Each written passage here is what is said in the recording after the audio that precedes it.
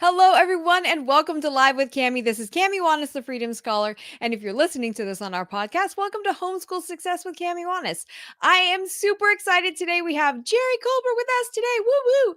He Hi. is a super fun guy, and we are going to be talking about media literacy. You guys, this is such an important topic. It is so important. I did a poll with you guys earlier this week in our Facebook group and just ask, how important do you think it is for us to teach media literacy to our kids? And it's important to kind of understand like what it is in the first place. I'll have Jerry talk about that a little bit more, but you guys said it was super important, like the most important thing. And I tend to agree. I'm a former English teacher in high school, so I taught media literacy. That was one of the things that I was like, man, we got to get this down for our kids because some teachers leave it up to the librarians to teach it and things like that. But it's really all of us because media is all kinds of things. It's Yeah. not just tech, right? But it's important, especially today in our tech world. So we got to teach our kids how to navigate and how to how to have discernment and critical thinking and all this awesomeness that we have with print media as well. So Jerry is super awesome. He's just, like I said, super fun guy. He's the CEO of Atomic Entertainment, and he does the voices, and he's the creator of Who Smarted podcast, which is so cool if you have littles or elementary school kids or even middle school kids. Quite honestly, my 15-year-old actually really liked it too, but it is really really fun and engaging way. It's something that I feel like you could listen to in the car, like on your road trips, keep the kids entertained, and it also teaches them different ideas about life, which is really really cool. So, and things you wouldn't even think of, and in very fun little stories and really great conversations. So I am so excited. Thank you so much for joining us today, Jerry. Jerry, can you tell us a little bit about yourself and like why do you feel like media literacy is so important? Yeah, I'm happy to share all of that. So, first of all, thank you for the amazing introduction. Who Smarted is our main podcast that we make at Atomic.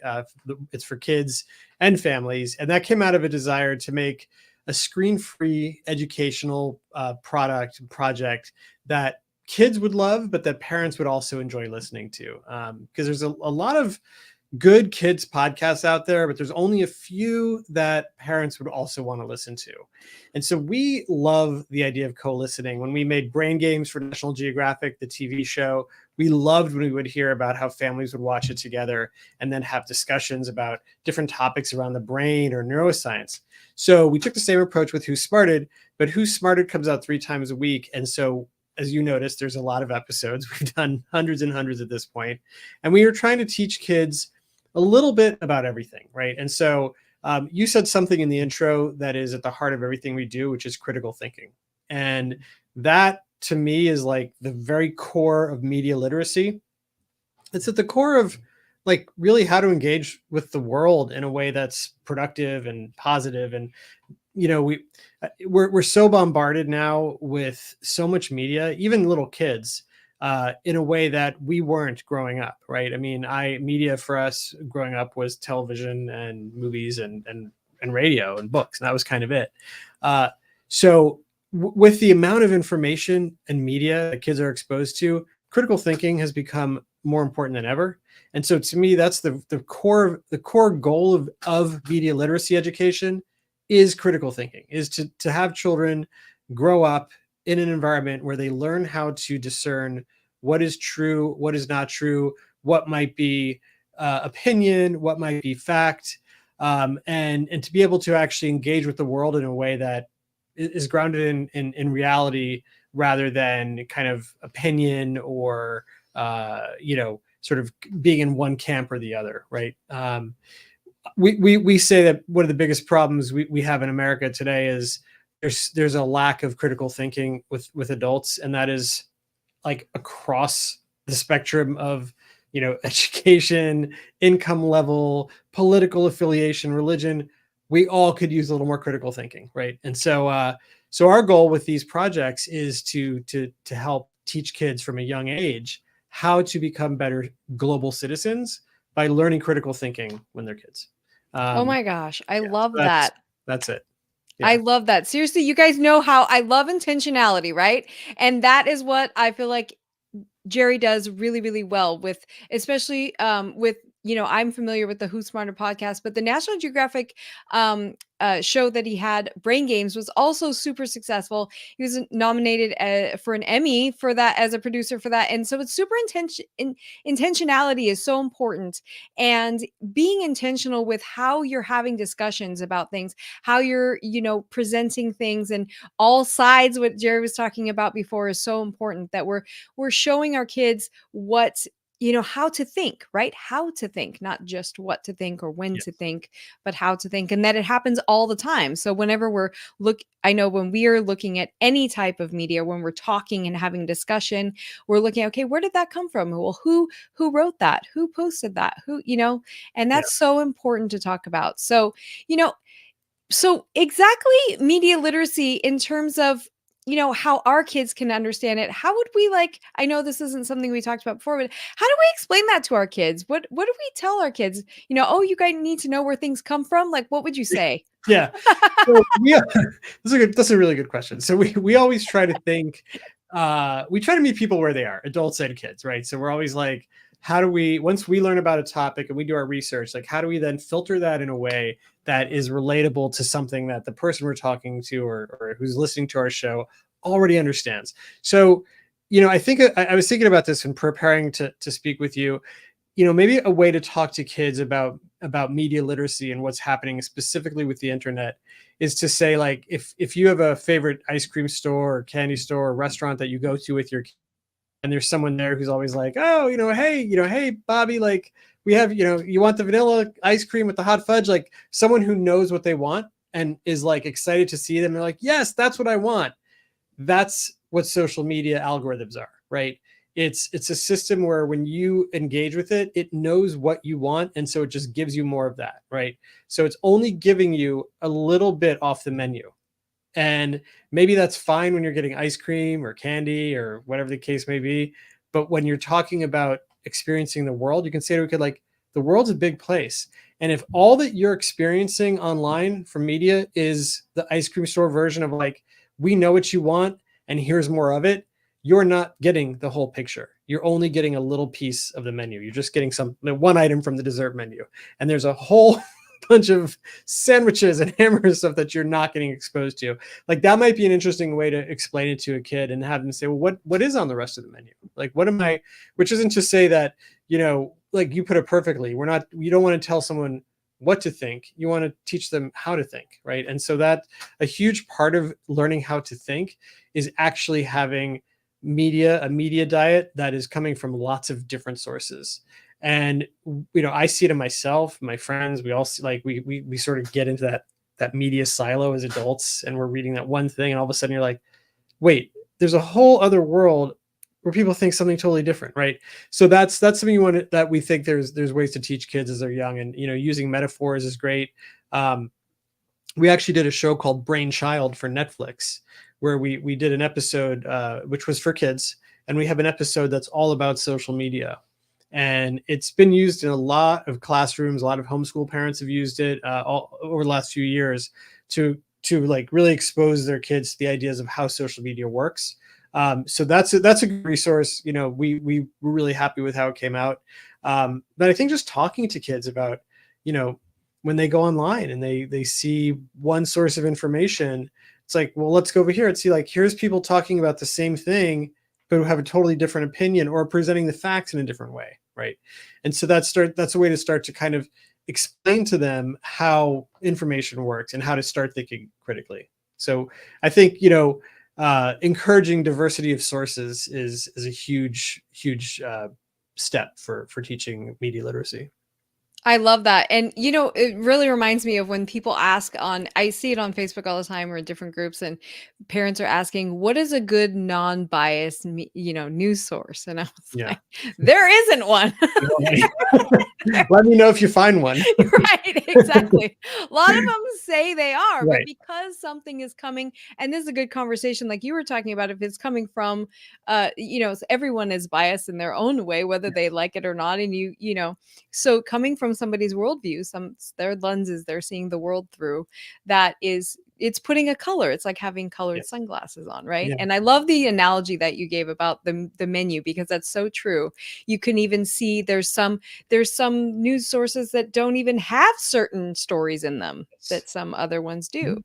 And so Yeah. you can compare those. And that's something we try to do in our family, which is really, we have, my husband kind of has his, he looks at different things, and then I look at different things, and we kind of talk about all this different stuff together. And it really comes up as a conversation of like, well, what words in there? Because I'm an English teacher nerd, so I'm like, what words in there are the bias, like, that show bias or show a slant towards one side or the other, right? Those Yes. are something that's really cool. And so what do you think? I mean, to talking about the non-biased resources, right? What are some good resources that you can recommend, either to teach literacy or just in general sources to look at for kids, Yeah. especially? Yeah, I mean, there's a news show for kids that we love called Kid News. It's KIDNUZ, and it presents really clean, unbiased news for children. And it's short. It's I believe it's daily at this point. It's another podcast that we just think is really impressively researched and presented, and it's great because the information is unbiased. It's designed to get kids to think and talk. And another thing I really recommend is teaching kids about fact checking, right? So it's like, we don't do that as adults often enough. Like, I love now saying, when someone tells me a fact, I'm like, what's the source? Oh, Fox News. What's the source? MSNBC. What's the source? The New York Times. What's the source? The Wall Street Journal. I'm like, well, those are all platforms, right? They're not sources, right? There is always a fact behind the news. And so maybe taking a news article and from any site and going through it with your kid and saying, like, okay, they said this happened, and then someone said this, and then there's this reported statistic. Let's unpack each of those and see if we can trace them back to where they came from, right? And it's teaching kids that there are always layers behind the facts, and that media sources and platforms will always, just to some degree, manipulate those facts to tell the story that their viewpoint and their viewers want to hear. So teaching fact checking is great. Exposing them to sources like Kid News and other things like that, I think is really helpful. So yeah. Yeah, you know what I love about that too is that I remember one of the things that I really loved in college was getting primary resources. And I think that's a term that people need to teach their kids about primary resources. What is a Yes. primary source? I'm sorry, primary Primary, source. yes, I know what you mean. Yeah, Yeah. yeah. And so primary source, like Jerry was just saying, is the first person, right? The Yes. first source where it came from, right? And so we're talking historically, we're talking about like the actual explorer's diary, right? Or we're talking about the primary source where the actual documents from the Native American tribe, or from, just those kinds of things. And so when you're looking at news sources, it's cool to, like Jerry said, I think that would be a great rabbit trail people, is to go and take a source and just take a news story and just travel back and watch where it comes from. And that's Yeah. something that if you make it a culture out of that, that's something that you always do, then your kids are thinking, this is just what we do. Yeah. Like Yeah. Jerry said, that questioning, right? Like, well, Yes. what's the source? Where does it come from? Yeah. It's very easy to fall into the thing of like, well, this news media platform I trust said it, so it must be true. And I mean, science, like we at Atomic, we do a lot of shows about science. Like Who Smarted has a lot of science. Brain Games obviously was science. And what we didn't realize until we started really working in the world of creating science media is that so many science things you read in the news, like scientists report that eating X twice a week will reduce your likelihood of heart disease, right? But then you look into it and it's like, often these experiments were done on a tiny group of people, or the results weren't replicated, or it was just an initial study and there was more, but it gets reported as fact. Right. And so that was a really eye opener for us, was just how much of what gets reported. And it's not, it is 100% science done correctly. That is what science does. It says we did this, here's how we did it, here was our protocols, and it's up to other scientists to like replicate it or investigate it.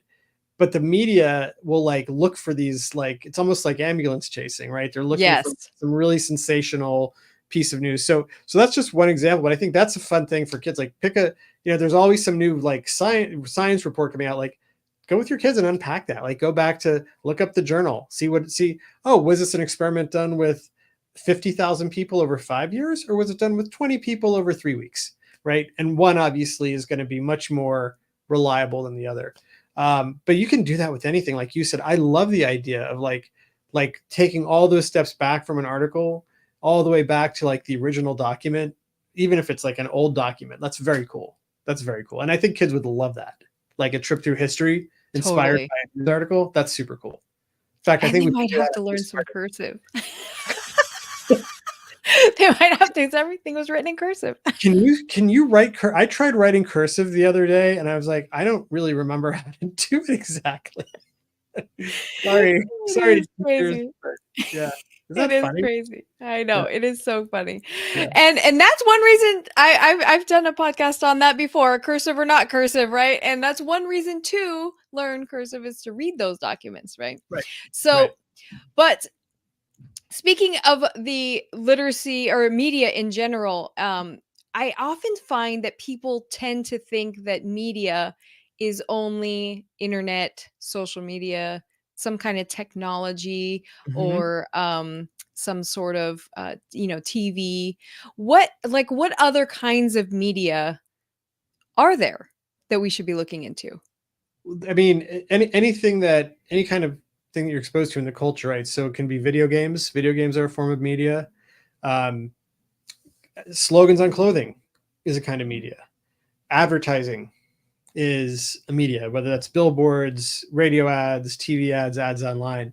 All of those are opportunities for kids to learn about critical thinking. Advertising in particular is one that we've talked a lot about, and we do deliberately try and help kids understand the difference between information and advertising, and teaching kids to recognize first teach them how to recognize marketing and advertising. That's the first step. That alone could take a minute, and then teaching them how to like sort of respond to, which isn't to say that advertising and marketing are, there's nothing wrong with that. That's part of our culture. It's part of what makes the economy work. But understanding the difference between marketing and information, I think this becomes particularly crucial when you're talking about influencers on social media, especially ones that kids are looking at when they're 8, 9, 10, 11, 12, where they don't understand necessarily that this amazing product that someone's raving about that they have to have, that they were paid to say that, right? The kids, it's not always disclosed. It's often not, Right, more often not disclosed. right. And so teaching kids to think like, well, is this a real, like a real endorsement? Like, is this person getting paid to say this? Did they, are they explaining, like, did they say, I got paid to review this and I'm only going to tell you I love it because I did love it, right? There's degrees of this that is all, again, it's critical thinking, but it starts with teaching your kids to understand literally the difference between advertising and marketing and information. Oh my gosh, it's such a huge, huge, huge piece right there because it's so important to. And then I geek out on the words, right? So taking an advertisement, taking some sort of advertising marketing post or something, and then literally going through what are the words that are, you know, sh- asking you to engage or creating some sort of emotion Yeah. right out of there. That's so huge. I totally geek out on that stuff, but Yeah. that's It's a whole, I mean, especially if you're an English background as an English teacher, and now what you do, like, yes, there's a whole oh my, like it's almost like I'm solving a mystery. Like, what is going on? Like, there are words, there's pacing, there's all kinds of stuff that is mm. marketing. So The music, right? Same oh, yeah, thing in yeah, movies and things like that, and that's another form of media as well. yeah, So music and so looking at that's something I teach all the time is just different your environment, and the environment is filled with media of all kinds. And so yes, it's important for us to look at all the things and see, like you were talking about the billboards and, signage in town and stuff like that. It's really interesting to look at or logos and just really see what those things are about and what what that represents and what kind of message they're sending with those things. Yeah. Yeah. It's a huge Yeah, that's conversation. huge.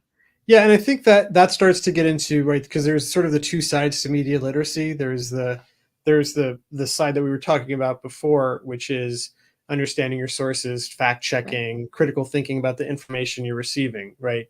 But then the other side, which is equally important, is that in today's world, as a kid grows up, they're going to become part of media, right? It's like the main way people engage in community is literally called social media. Like they're going to end up creating content.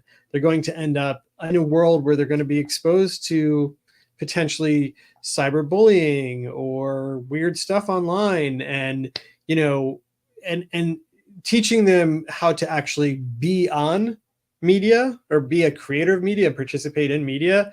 That's not something I had to learn growing up, because I grew up like a little before the world of social media. But I mean, now you really, it's really helpful to teach kids that. The first thing I tell parents when they ask me is I would teach kids about digital footprints, right? And sort of like, if you could do this experiment, it's probably not, most people wouldn't, but like if you have like a little box of soil and a little box of cement and you're like, let's put our hands in it, one of these is going to stay forever when it dries and one's going to go away. The one that stays forever, that's the record of everything you do online, right? So think about it. Like we used to joke about that's going to go in your permanent record, but it is literally a permanent record. Like it is so hard to remove something from the world of just the internet once it's out there, and kids don't understand that. So Yeah, and that's something that we talked about with, if you haven't listened to the episode with Donovan Dreyer about Resume 2.0, mhm, especially with kids, that you can actually, there's two sides. There's what not to post, right? There's mhm, what not to put on media, and then there's what you can use to your favor, right? So being a creator in a positive way. And I love that you mentioned that, because you can actually use that to your advantage, especially being, a teen or somebody just starting to create something, and using that for scholarships and all kinds of cool things that you can actually utilize that. So what would you say, as far as being, what do we need to learn to like be a creator on that side? yeah. I- we always just say don't write or record or put anything online that you would be uncomfortable saying to someone in front of a room with other kids and adults in it. I think that's a good guideline, right? Yep, Because good tip. most kids are, we've done experiments with this in some of our shows. In fact, in the social media episode of Brainchild, we did a whole experiment with kids around cyberbullying, where we had them rate a terrible singer they were watching on video, and they were just vicious. They were Oh, so mean about it, and it was exactly what you would expect to see if they were like writing on social media. It was because it was anonymous. They didn't know this person. They could say whatever they want. And then we said, okay, guys, we have a surprise for you. And we brought the singer in live and said, so why don't you go ahead and tell her everything that you just said when you were watching the video, right? And they got it immediately. They were ashamed. They were like, we can't say the things that we just said when it was anonymous. We can't say it to her face. We realize it's so wrong and so mean.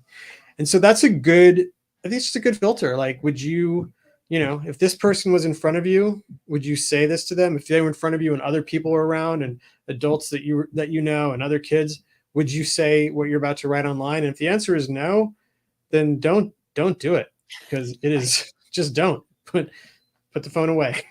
Like, it's really simple. Absolutely. I totally agree with that. And that's such a great experiment. I feel like we could do that in our house, like with our siblings. Yeah, Like yeah, yeah. there's a lot of that going on sometimes. but Everyone does it. but Yeah.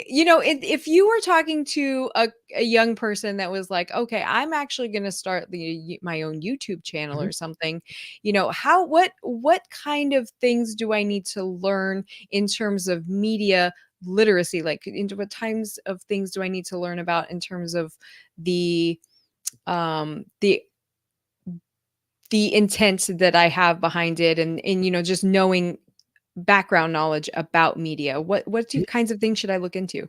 Yeah, so I mean, first of all, like everything that we do, this is my personal opinion, but I think it's a good rule of thumb, is about building people up, right? So, is I think a good starting point is what you're doing, putting positivity into the world at minimum, um, or is it potentially helping make the world a better place? Are you sharing something of your experience that's going to empower other people, right?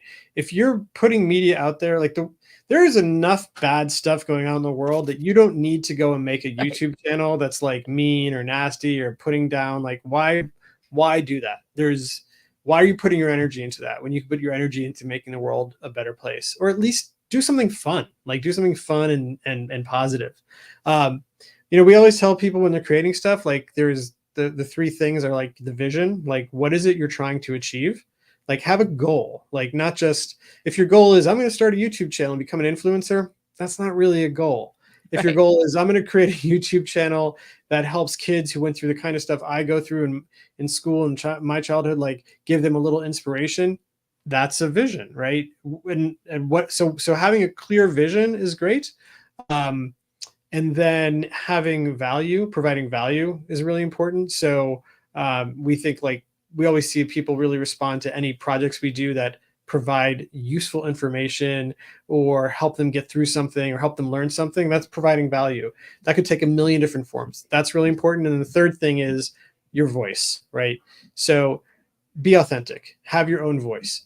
Do not start a YouTube channel where you're essentially impersonating an influencer you like or someone else, because they're already doing it. Whatever you are, whatever your experience is and whatever your voice is unique and amazing. And so we always encourage people to really use their own voice and not try to mimic something or copy someone else. Now, I will say the one caveat to that is for kids, sometimes it can be easier to sort of ease into creating media by not necessarily mimicking, but like recreating, or I mean, that's actually a way kids learn, right? Is that Right. by reflecting back something. So there might be a caveat for that with kids, but once they're at the point where they're actually starting their own channel, they really, let me put that a different way.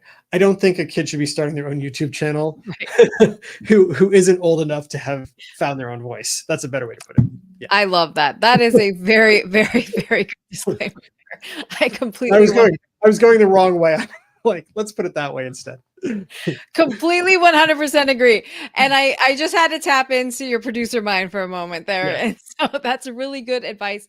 Not only just starting with the culture of, I think it's important to have that foundation of that, critical thinking, and that, otherwise you're just like posting stuff of, that you see that are not necessarily you're contributing to perhaps a problem. But it is definitely something where you teach about point of view and teach about your own worldview and things like that is really, really huge. And having kids do those kinds of exercises where you're looking at several different sources of media really opens their eyes to the world. Like, there's not just one way of thinking, there's not one way of doing things, and we can learn from all of those people. 100%. And I do think that, you know, in that zone of like creating the media as a kid, I would say it's great for kids to create media, but they should have an adult who they trust and respect, whether that's a parent, a teacher, an aunt, an uncle, a family, someone who is an adult should also be working with them to help them filter and build that content. Because kids, I mean, it's like, this is just science, like their frontal lobes, their ability to make sound decisions are not. Consequential thinking comes later. Yes, it comes later. And so it's good to have someone you can run stuff by. And Yeah. like, I can't think of the how many things I did as a kid that were bad decisions, but it was okay because it was just happening in my neighborhood, or I got a cut on my leg because I did something stupid on my bike. This is different, right? And Yeah. that's why when kids are like, well, I don't, well, I want to do my own things. Like, you can do your own thing in like the real world, but when it comes to social media, if you do the wrong thing, it can be literally, like, the entire world can be exposed to it, and it can become very, very bad very quick. So or later, right? So I do think that there is a fundamental difference between letting kids kind of fumble their way through like the real world versus doing it online. It's quite different. 100% agree with that for sure. And I think most of our homeschool parents think the same way for sure. And so, Jerry, thank you so much for everything. Tell us about your podcast. Yeah. Tell us Okay. about how what kinds of things should we look for in there, and tell us how we find you. Yes. So the Who Smarted podcast, it's easy to find. You can look on any podcast app, just type in Who Smarted. That's SMARTED. You can go to whosmarted.com, find your way there. I was really excited to talk with you today because we have a huge audience for the podcast. It's grown over the last 4 years, but so we have around 20,000 homeschool families that listen to the show, and so we love our homeschool families. They're actually one of our most dedicated and awesome parts of our audience. We hear from them all the time about what's working and what's not working. We get suggestions from them for the show, which we love. And it's been a great resource for a lot of families because they use it either as an entry point into a subject, because we have covered all kinds of history and science subjects, or they tell us they use it as a break or a transitional time where the kids are doing something fun listening to the show and mom or dad gets to take a little break. Uh, the episodes are all 15 minutes long, so they're perfect for that. They're perfect for car rides. So yeah, Who's Smarted? We're super proud of it and continues to grow. And we continue to just get more excited the more we hear from our fans. So I would encourage anyone who does check it out, feel free to email us at whosmarted@whosmarted.com. Let us know what you think. If you have any suggestions, we're always down for it.